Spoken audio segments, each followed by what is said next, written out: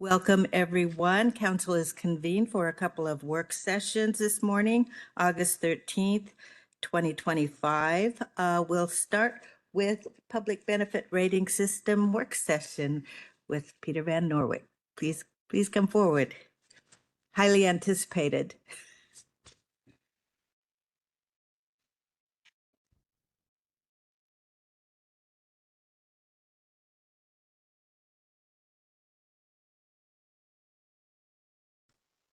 All right. Well, good morning, Council. I am Pete Van Nortwick. I am the Clark County Assessor, and with me I have Ross Hoover, who's you can let him know exactly what you're. Hi, I'm Ross Hoover, Parks and Nature. And then Melissa Leonard, Assessor's Office, Current Use Specialist. so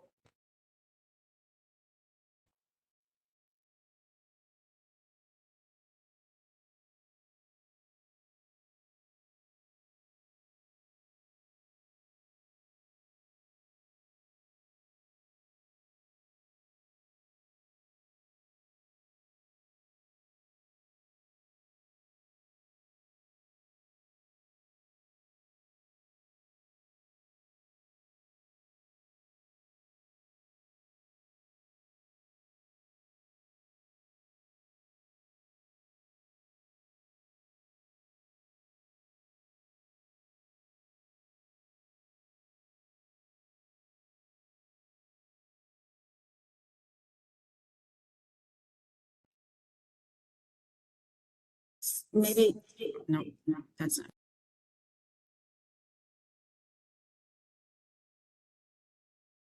Yeah. can they hear me now? I think we're taking a little bit of a pause for Right. technology.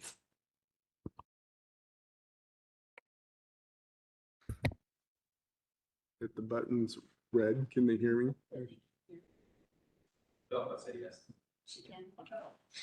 Okay, whatever it is, I think it's okay now. All right. So anyone that's in the current use program, it's something that they actually have to apply to. It's not just anyone that's out there all of a sudden you're like, okay, you have acreage or you have a historic home or you have any of these things, then you're automatically in the program. Every one of these programs, people have to really come in and say that I want to apply and that I want to get this this tax break, because any property that's in current use, the land is valued at its current use value rather than its market value. So in the assessor's office, we do assess property at 100% of market value. And all properties in current use are also assessed at 100% of market value. But then also we apply the current use value to the land, which then lowers the land value for the purpose of the assessment. And then they pay property taxes on that lower assessed current use value of the land. So for example, if it's in farm and ag, right, it's going to be valued as what it would be worth as 20 acres, what people are willing to pay for it. Maybe they want to build, mansion quality home on acreage. But if they're using it for farm and ag, then they get a tax break because that is something that, the state legislature has determined that they would like properties to be used for. And the state lays out the formulas for valuing properties in current use. In part of the formulas for properties in current use is what rents you could potentially get, by renting out that property for its current use. So for example, farmland, what you could rent farmland out for, house drives the current use value. Well, as you can imagine, in places like the Tri-Cities and stuff where there's lots of farmland, current use value and the market value are very similar. In a place like Clark County, that formula makes it so that there's a huge delta between what the market value is of land and what the current use value is. So whenever someone decides they want to come out of current use, the removal requires paying back taxes, interest, and penalty. And we'll talk about each of the programs. So the next slide, and Melissa will just talk about each of the four current use property types and just a little bit of how the program works. Thank you. So the current use designation has three subcategories in under that current use designation through the Department of Revenue. We have open space farm and agriculture. This program is for parcels of any size that is commercially farming their property and meeting a minimum income requirement, depending on the amount of acres they have enrolled. They are required to commercially farm an agricultural product and continue and to meet that annual income requirement. We also have our open space, which is open space land, which is more of a conservation type program within the current use designation. The open space land is also dictated within some of the county code. So we do have some requirements through the Department of Revenue, but also county code does stipulate how that land can be used. Historical properties does fall under the open space classification as well. So those two are linked. For historical properties, one of the biggest requirements is that land or that property does have to be on some sort of registry. So either state, local, or national historical type registry in order to be in program. And designated forest land is actually a separate category than current use. So it is administered by RCW 8433 as opposed to 8434 for open space. Designated forest land requires a minimum of 5 acres of forested land with the intent to harvest and restock the forest when that time is required. I think those are all of those programs.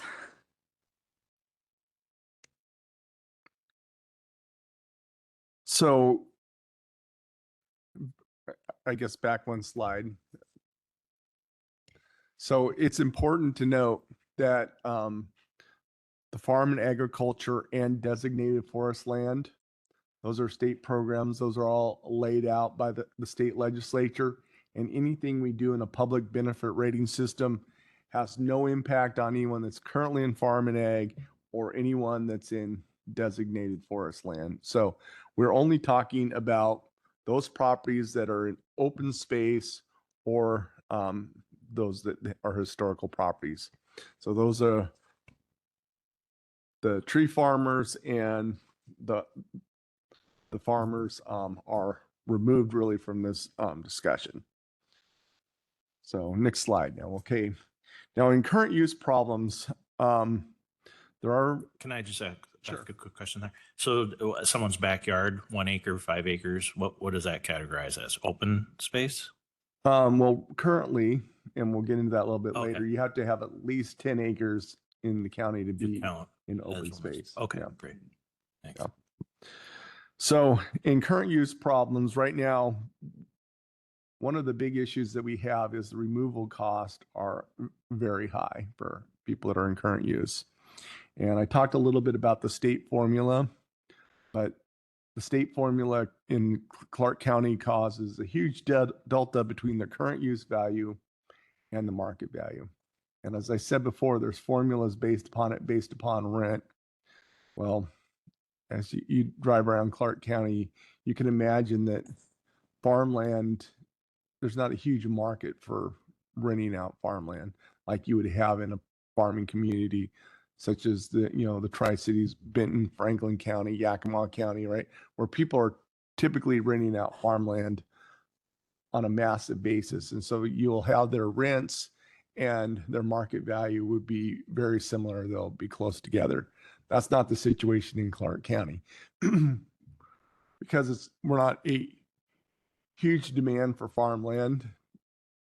The rents on farmland tend to be very low, but the market value for buying property to say build an estate type home, the market value is very high. And so you end up with this high market value and very low current use value. And so when you're taken out of the program, you have to pay back the difference in taxes. And correct me if I'm wrong, Melissa, 7 years back. And then you have to pay. So the difference between what the current use value is, the market value, you have to pay those property taxes back plus interest and penalty. And so, correct me if I'm wrong, Melissa, but isn't like the typical cost to come out of current use is like 30 or 40,000 and up? It really can be. I mean, when we look at the differences between the market value and the current use value, when we're doing removals, it can be, depending on the size of that parcel, it can be upwards to tens of thousands of dollars, just depending on where that market value sits. But yeah, it is a decently sized tax bill for most removals. And sometimes you'll even see ones that are hundreds of thousands of dollars. Is there a timeline to pay that?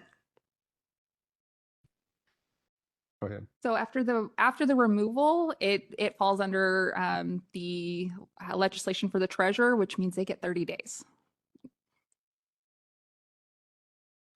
So as you understand that issue, a lot of times the only people that can afford to buy land and take it out of current use is typically those people that are looking to turn it and develop it. And so a lot of times when they're taken out of current use, the intention is that they're going to completely develop it very quickly into subdivisions for housing, or if it's commercial type of property, into actual commercial usage. Now in the open space program, it's kind of a black hole. Once someone gets put into open space, it's a black hole. If they're in designated forest land, they have a forest plan that we can go and say, hey, are you following the forest plan? And Farm and Ag, we can audit and say, are you commercially farming? Here's your income. But if something goes into open space, it's just kind of a black hole. There's no ability really for us to go and audit it, because when someone goes into open space, that is actually approved by the council. And so there's that issue of property's been in open space current use for years, and we're not really looking at it if they're doing the right things, because there's nothing for us to measure and audit against in those. So the other thing is the requirements are very rigid. You have to have certain type of soils. You have to have a certain amount of land, and so there's not that many properties that can really be available to go into that current use open space category. The other thing is the ones that are in there, there's uniformity in terms of the taxation, regardless of the benefit they provide to the public. So you can have a situation where you have a private golf course is going to get the same property tax rate as a piece of property that maybe that they've opened, the owners have opened up for schools or whatever to come in and learn about nature conservation, or fishing, or many different things that people may utilize. Or for example, let's say like HB Fuller, right? They have opened up a park that's open to the public, so everyone gets the same tax break, regardless of if they're a private golf course or if they're really having a public benefit. And the other thing is that currently Clark County does not have a mechanism to preserve farmland currently not being farmed.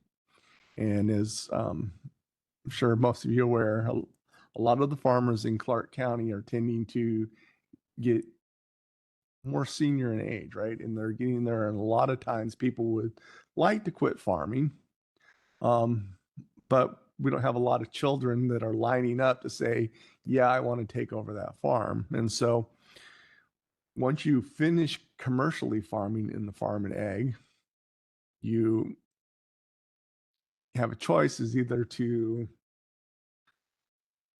sell it to someone else that also wants to farm, which there's not a lot of people that are lining up for that either, or take it out and sell it to a developer. And so that's why we've seen a lot of the farmland in Clark County that used to be farmland is sold to developers and then moved to development. So without the farm conservation, there isn't really anything for it to move into, and we lose a lot of farmland that way. Do you have anything you wanted to add, either one of you, on that? Chair, quick question, man. You mentioned that there's currently some farmland that's not being farmed, correct? Well, there's probably a lot of farmland that's not being farmed, but if they are in the farm and ag program, Mm-hmm. then at the time that we audit them, they would be taken out and forced to pay those back taxes. Okay. Do you know what percentage of this is probably a very difficult question to answer, what percentage of farmland or designated farmland that is not currently being farmed? Do you know what that is by any chance? Yeah. So when we're looking at it through current open space farm and ag, it's the requirement that they have to be. Now, do we know if everybody is and isn't? There isn't really a way. You know, as we come in contact with these owners, if they're not farming, then that's where my team has that conversation with them. But it is the expectation that they are consistently farming, predominantly using that land for commercial farming. So I don't think it's I don't know if we would be able to provide a who's not doing what they should be doing, but the expectation for the program is that they should be commercially farming throughout the year. Right. Thank you. And I think that's what the agricultural land study will probably provide some insight into that. So Yeah. thank you. And we do audit, right? So if we do an audit and we find out people aren't utilizing, then we can take them out, because they do have to show income, or is it 3 of the prior years before that audit that they're actually commercially farming. So that's a risk. If you don't farm, you could be caught up in an audit. You're caught up in an audit, then you're taken out. Then you have quite a bill that's going to be coming due in 30 days. So. And in addition, if we do, as Peter was saying, if we do an audit and it is determined that this property owner isn't doing what they need to be doing, that also incurs a 20% penalty. So upon whatever the charge is for the removal and interest, on top of that's another 20% if they are found to not be in compliance. Thank you. I just wanted to make a comment related to younger farmers. I think there are younger farmers who would like land, but because the land isn't sold, it may be ag land, but it's not sold at an ag land price. It's often sold at a development price, so it locks those farmers out of it. And I think there is a desire to have longer term leases, but if you're leasing land, then there's a lot of uncertainty with that too. I'm aware of farmers that have leased land, but you know, it's a year by year thing, and you put a lot of work into it, and there's no guarantee of a long term return on that. All right. So the next slide.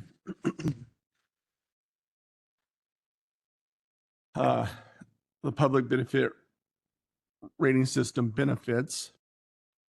And the first one is that if we do a public benefit rating system, we can adjust it so that those that benefit the public greater, it's kind of in the name, right? Those that benefit the public greater get a greater reduction on their property taxes than those that don't have as great of a public benefit. So looking at maybe two different properties. So you have like HB Fuller Park, right? And then Royal Oaks, for example, right?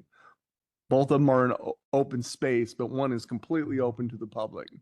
Well, we can say if you have a public benefit rating system to HB Fuller, well, your land is completely open to the public, and therefore we think you should get a larger percentage reduction off your property taxes than say like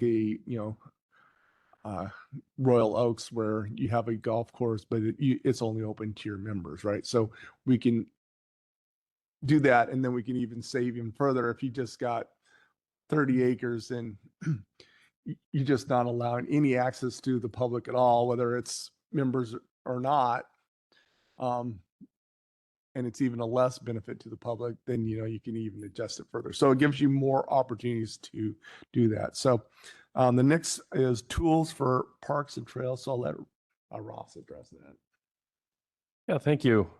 We've heard about the H.B. Fuller example, but this really can be a tool for other types of park infrastructure, in particular trails and trail connections, where we have gaps in our trail system. As we continue to build out that system, there will be gaps that we will take time to fill those, and this potentially is an incentive to encourage current landowners to help make those connections, those regional trail connections. The details matter. What the site looks like, what access looks like. Are there improvements on the site? Is there parking? Are there restrooms? Is the infrastructure in place? What does ingress, egress look like at the site? And so those details matter, and obviously would need to be considered in part of the development of this opportunity. So that's just a little bit about how we might utilize this tool to help develop the park system, in particular trails.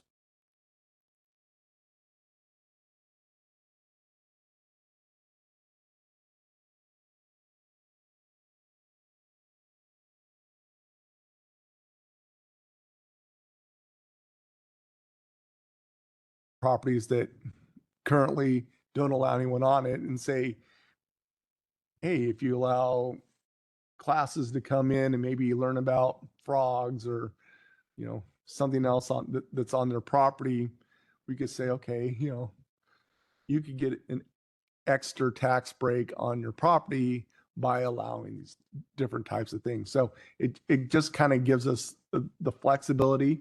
And if we're looking at a public benefit rating system, we can also adjust the number of acres that are in it, right? That's also would be something that would be open to the council. Right now, the minimum's 10. You could go down to an acre, or, when you look at it further, maybe even a half acre or something, if they have trails that they want to go past properties. It's just something that it can be looked at by the council itself. The other thing is that when we have farmers now that decide that they can no longer farm, but they want to continue on their farm, but they're not commercially farming, we have to take them out of the program. And if they don't have the requirements for open space, maybe they have the wrong kind of soil types, or they just don't have any of the other things that the open space is trying to protect, there is no farm conservation for us to move them into. And so when we have do the public benefit rating system, we can form a category that would be farm conservation. So if a farmer says, I'm just too old to farm anymore, but I don't necessarily want to sell the property right now because I'd like to live out my years, if we have ability to take it and put it into a farm conservation for a period of time, then we don't force them to have to come up with this big bill that they have to pay immediately. That typically leads to saying, well, it's probably better to sell to a developer, so I'm not incurring this big bill. So it would then give us options for those farmers in farm conservation. Also, the public benefit rating system, we can use it to protect endangered species, and also, those smaller legacy forests that, maybe they're not type of something that you would put in designated forest land, where designated forest land is designed to have people grow it and harvest it at some point. There are some smaller legacy forests that, we would like to actually keep and protect just because it enhances the community. So those are other things that we can do if we have a public benefit rating system. Sure. Thanks. I just want to ask a little bit about the farm conservation. So say it's a point system, and I've learned there is an expert on this in the audience here, but as I understand, a lot of the jurisdictions create a point system, and based on the number of points, you get a percent reduction. If you were doing this for farms and it was the situation you described, would you have to first remove that property from farming and move it into open space before you could add the public benefit of farm conservation? How would it logistically work to do that? And how long would that take? So if we had the farm conservation implemented, I believe that the legislation allows for reclassification from the open space farm and ag to that open space farm conservation. That would fall under the same timeline that our normal applications would be, which would technically be a 3-year process. But during that 3 years, while we're waiting for that reclassification, they would still be getting the benefit of being in the open space farm and ag program. So they'd still be getting their taxes deferred. But then once we were able to approve them to reclassify into that open space farm conservation, then we would just do the administrative work in the background and move them forward into that program. I don't know exactly how the point system would work on that. I would have to refer back to Peter, but that's typically how the programs work if you wanted to change classifications, usually, any direction. Okay, yeah, I'm just asking because I know the pressures economically to find value in these open spaces and these former farmed acres are high, and we have to act quickly. This is one tool to put value on that through the tax reductions. Another one that I've been talking about a lot is TDRs, which we hope to get on as soon as possible, maybe early next year. That would be able to focus on larger areas of open space and farmed agriculture acres to put a value on that through conservation easements and payments to those landowners to keep it in this current use versus selling to development, for example. So I think this is a great tool. I want to hear more, but I would be in support of moving forward on considering this as another way of valuing these acres that are at risk of being converted and developed. Just a follow-up question. The zoning would not change, though, whatever this program the farm might be in, the zoning would stay the same. Yeah. Current use program. Typically with these programs, no matter what they go into, the zoning doesn't change. And as it was proposed previously, I recall there was kind of a diminishing benefit related to the farmland in this conservation program, so that they would have time to transition to whatever, if it's someone in the family taking over the farm or deciding to sell the property, whatever, there'd be time for them to do that. But it wouldn't go on indefinitely, at least as it was proposed previously. Yeah. So next slide. So as Chair Marshall kind of mentioned, we did do this earlier. We went through the process. We came back to the council, and the council decided at that point that they didn't want to move forward on it. And so there was work that was done, but between that time, there has been a lot of law changes and stuff. And so there's going to be a cost of implementing the program. We would need to pretty much start over again from the beginning. And that would, of course, then be lots of public meetings, getting people together, putting together the plan. So, the council would have input into exactly how they wanted those adjustments to be. Nothing that we've done before is set in stone, because none of this was actually ever implemented. It would require a lot of employee resources. And of course, there's then, the public and the private cost benefit that would come in. Some people would see their property taxes increase, right? If we do a public benefit rating system, whereas, other people are maybe won't, or maybe even see a decrease. It would just depend. And then also with the public benefit rating system, we could develop an auditing. So we would have to actually develop auditing to go and do it, something that we currently don't have. We currently also don't have the staffing to do an auditing of more than farm and ag and the designated forest land. To move into auditing of public benefit rating system would also be a challenge. We'd also amendment of the county code. That there would have to be changes into the county code, and that would have to be things that would have to be considered along the way. And of course, in any time we're talking about property taxes, we're all talking about, the potential of tax shift. And so, as you know, people can get a set amount if we reduce the size of properties that can go into current use. Property taxes that those properties are paying now because they don't qualify, because maybe they're 5 acres and then all of a sudden they qualify, those taxes would be picked up by the rest of the tax base. And so any of these property tax programs, we're always looking at tax shifts. So next slide. Say the next steps, of course, the council would have to approve to begin development. And the council county manager would, really need to appoint someone to lead that project.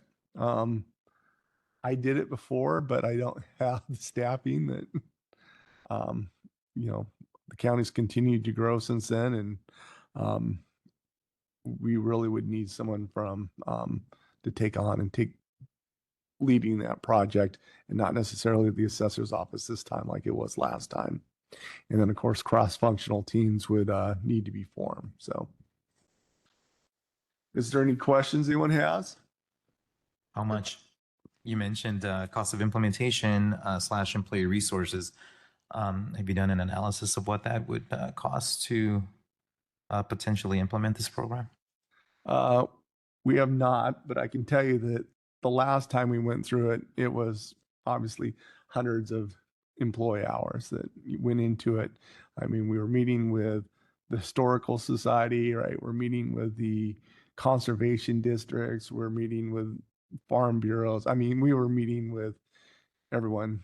Chair Marshall was part of those. She could tell. There was a lot of time in meetings and a lot of work that went into it to then basically get before the council and say no moving forward. So Yeah, it was I think a shame that there was a lot of good work and effort that went into that on behalf of the assessor's office and the community that engaged with that. And it's I had hoped that there would be some of that work that could carry forward, because you did a great job.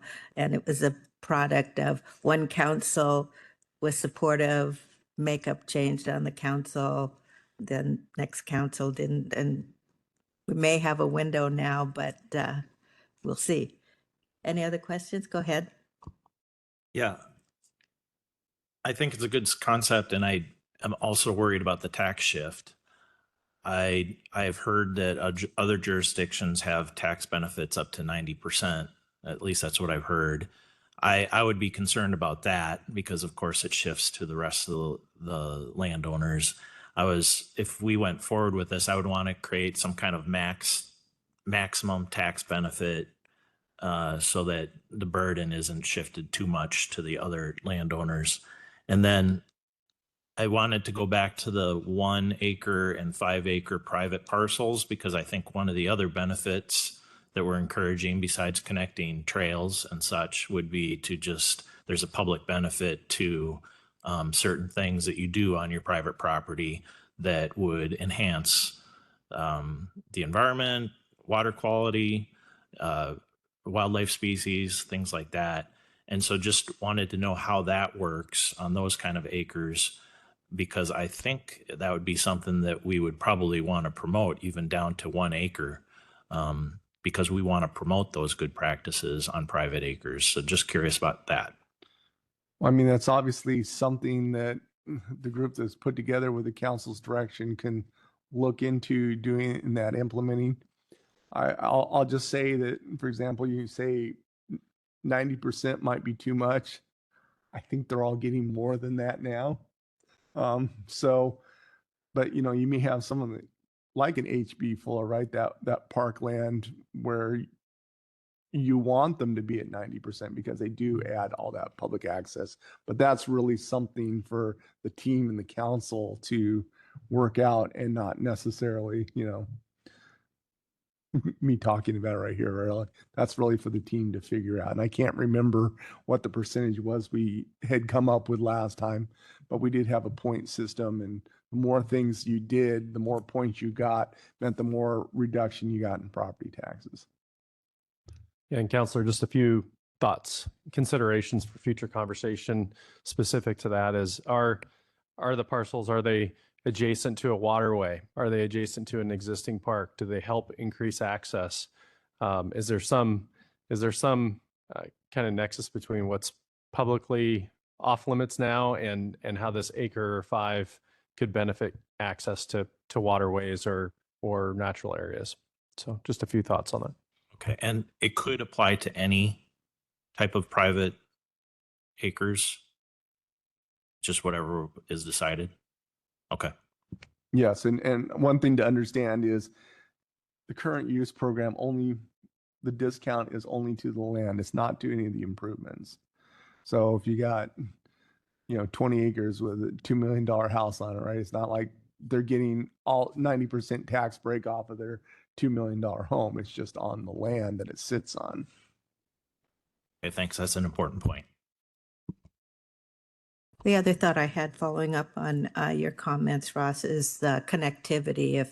And I wonder, related to the tax shift, if we go down to smaller and smaller parcels, and that there's a limited amount of dollars that, and how does that get spread out? Does that mean the amount of benefit gets reduced for all of those? If there's more properties that are in the pool? And I mean, it's with levies, it's a set dollar amount that you can collect, right? And so, like I said, is you really can go and dial it down, and those dollars are just going to be shifted over onto the other taxpayers. Where you may get in certain areas is, say, example, fire districts may not be very happy if pretty much everyone in their district can get all these reductions, and then their total assessed value is lower. And then when they go to do their levy lid lift limits, and they want their, their $1.50 per $1,000 assessed value, it is limited on those properties that are in current use. So, I mean, that's kind of where some of the challenge would be. But for the county itself, right, most of our tax base, right, I don't have a percentage for you, but the mass majority of our tax base is on commercial properties that are never going to be in current use, and residential properties, right, that we have in subdivisions. So any really of the tax shift is going to be onto, the residential properties in the urban growth boundary. Okay, Councillor Belcott, did you have any questions or thoughts? Nope, nothing for me. Thought I had another one, but I'm not remembering what it is. Oh, okay. Okay, so this is just informational. I think I would be encouraged moving this forward, but I think figuring out what the staffing and cost would be to move this forward. Excuse me. Yeah, Chair, while you're taking a sip there, maybe we could have thumbs up on assessing what this would take to move forward, and moving from there, making a decision on it once we know those numbers. I'd be a thumbs up for assessing that. Yeah, I'm interested in the financial impact as well, because I know we have some budget constraints, and especially those associated with staffing.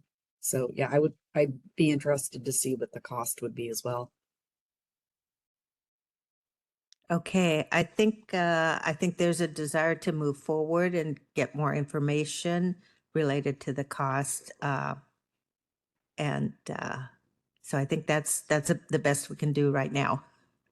Thanks very much for the information. I think individually we can follow up with any questions we might have. Thank you. Thank you.